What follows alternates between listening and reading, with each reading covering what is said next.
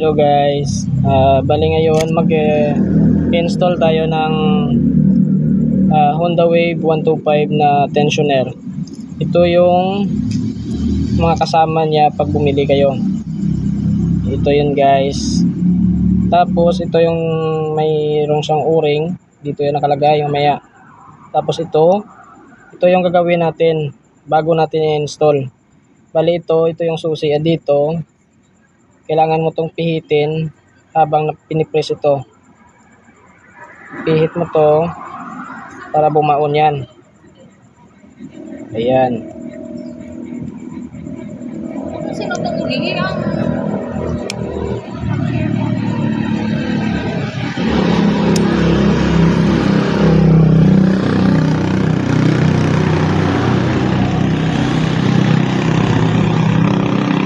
Ayan, nakabaon na. Pag nakabaon na ito yung lock niya. Kailangan mo tong ilagay dyan sa dito sa may groove para hindi mag-release.